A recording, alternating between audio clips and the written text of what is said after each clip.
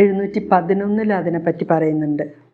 പ്രത്യാശയോടെ കാത്തിരിക്കുന്ന പാവപ്പെട്ടവരുടേതായ ചെറിയ അവശിഷ്ട ജനത്തിൽ. പിന്നെ നമ്മൾ കേട്ടിട്ടുണ്ട് ദരിദ്രരെ സുവിശേഷം അറിയിക്കുക.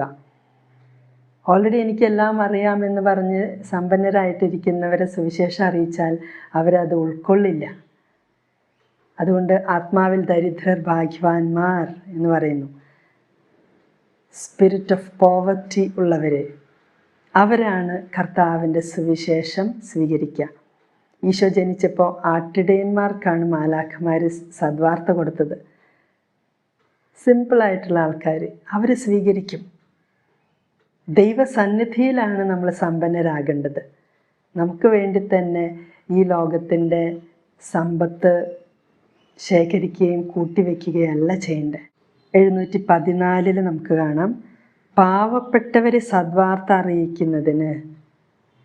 അപ്പോൾ പരിശുദ്ധാത്മാവിന് അനുസൃതരായ പാവപ്പെട്ടവരുടെ ആ ഒരു ചെറിയ അവശിഷ്ട ജനത്തിൽ നമ്മളും പെടണം.